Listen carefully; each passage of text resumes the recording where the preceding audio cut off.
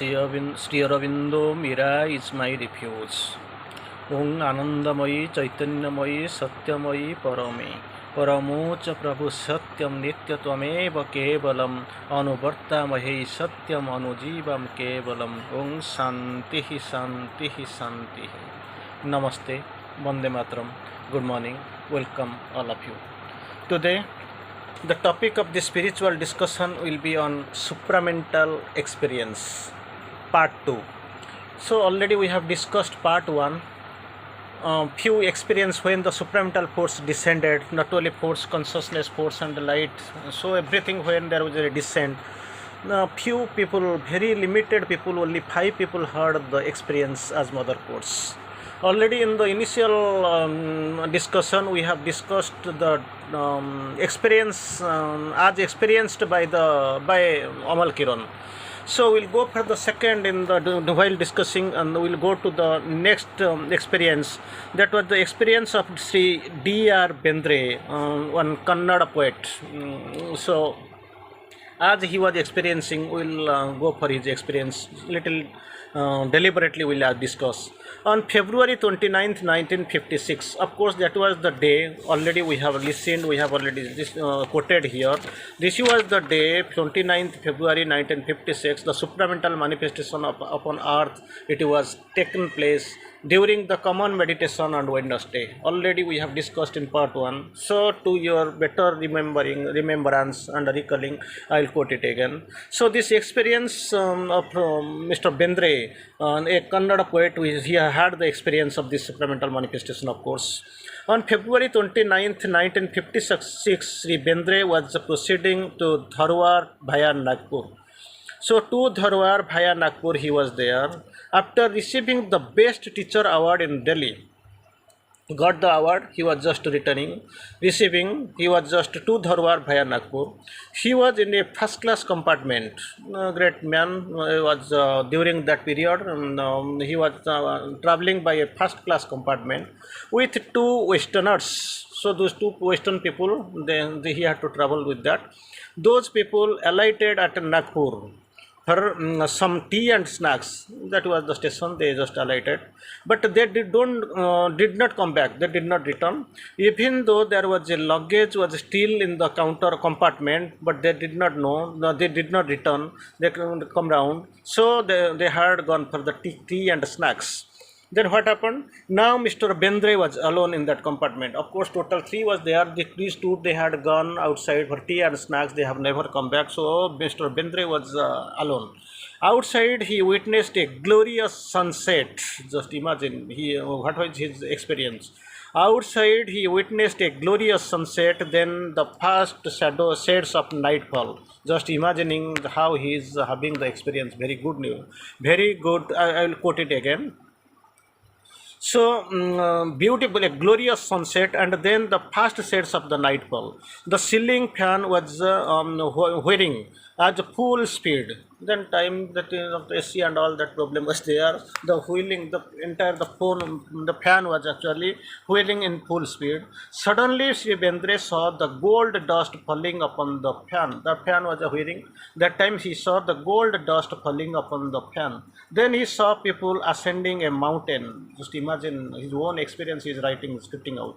There was a gold dust is falling from the fan. Then he saw people ascending a mountain, and this gold dust enveloping them. This gold dust falling when they are going ascending to a mountain. It is actually enveloping them.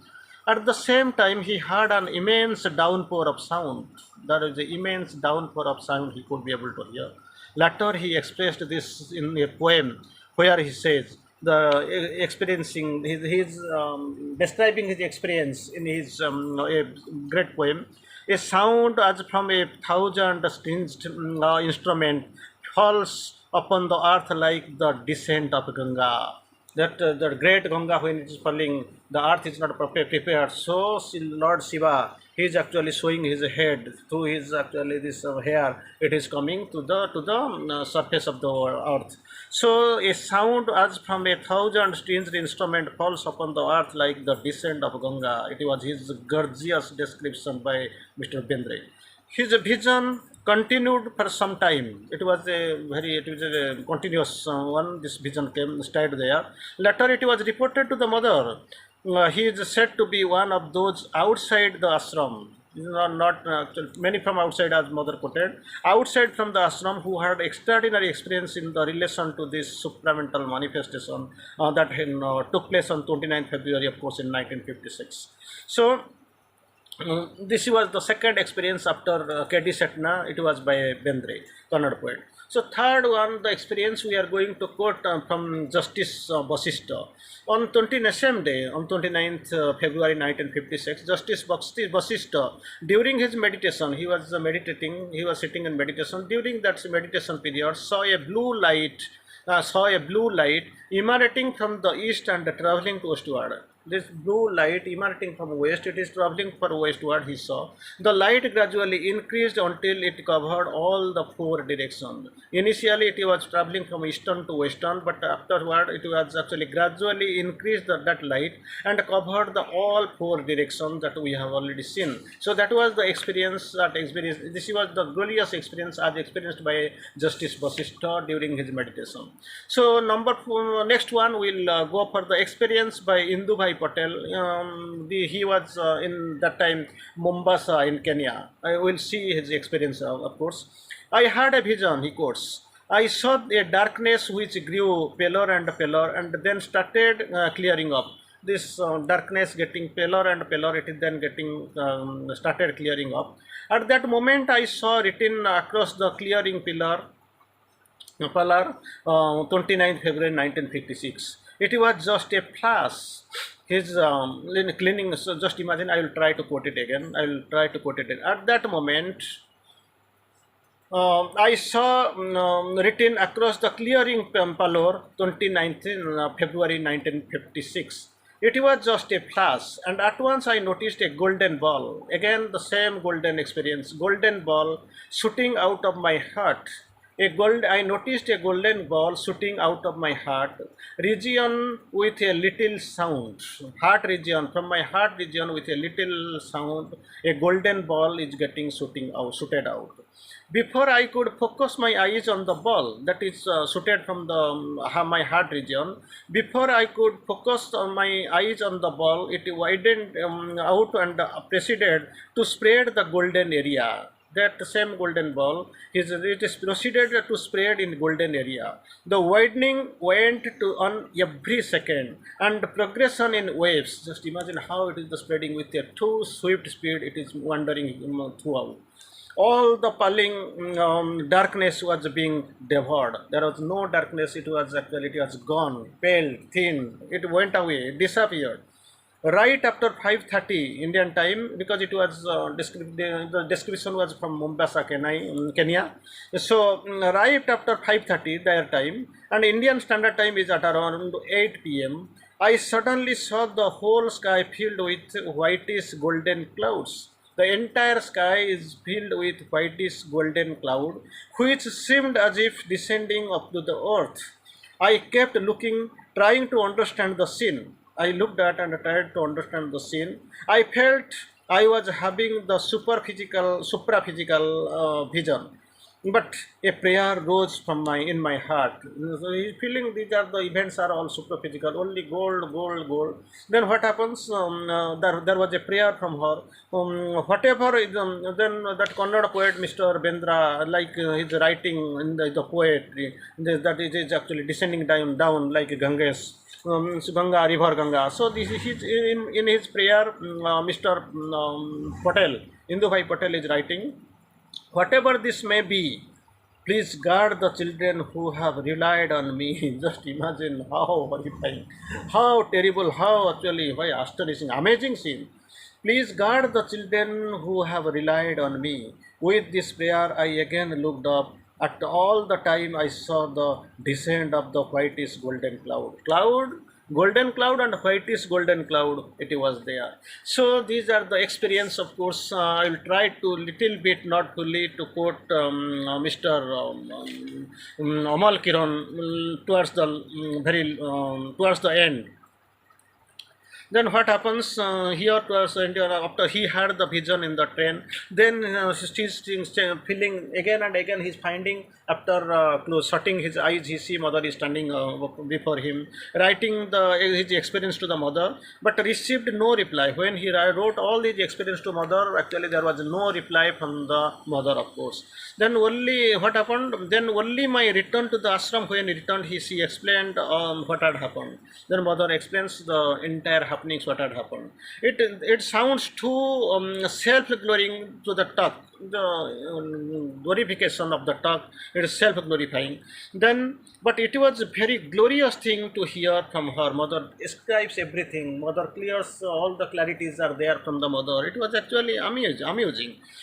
She said, I will see the mother's description. There were only 5 people who knew about the supramental manifestation, 2 in ashram and 3 from us outside. I bawled out. Then what happened? Then what is the idea of staying in the ashram? This gentleman is asking mother. If 2 from ashram and 3 from outside, the number of people staying outside who had the experience of supramental descending event, supramental manifestation descent, they are outnumbering the ashram people. Then what is the use in staying in the ashram?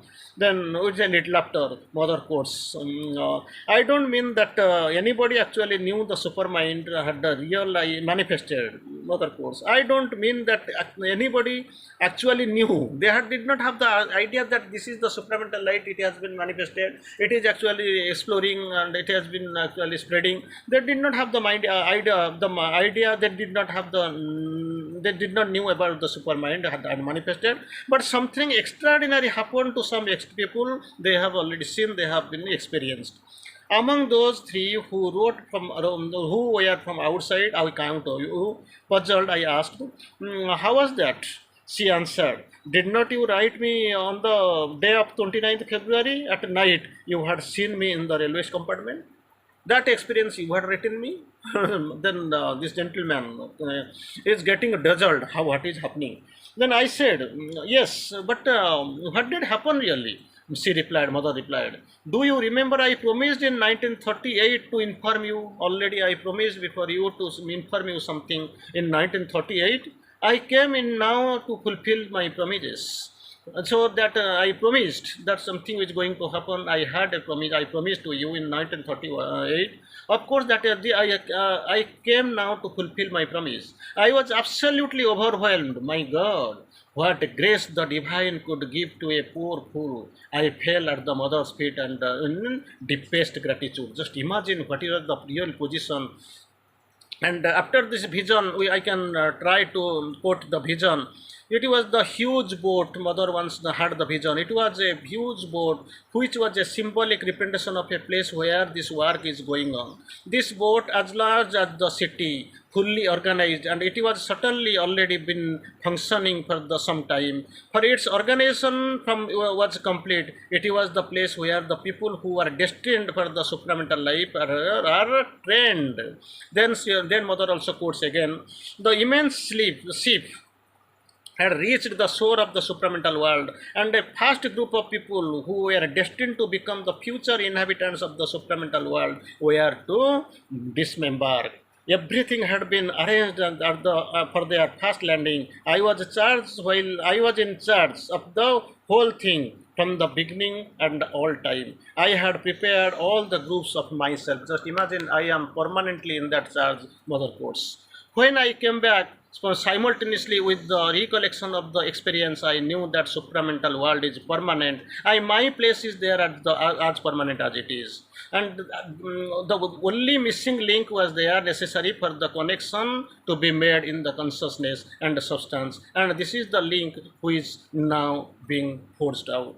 So one more message we'll see. The supramental consciousness is a consciousness of the Supreme in totality. When I say his totality, I mean the Supreme in his aspect of manifestation. This is the thing which is going on. Thank you.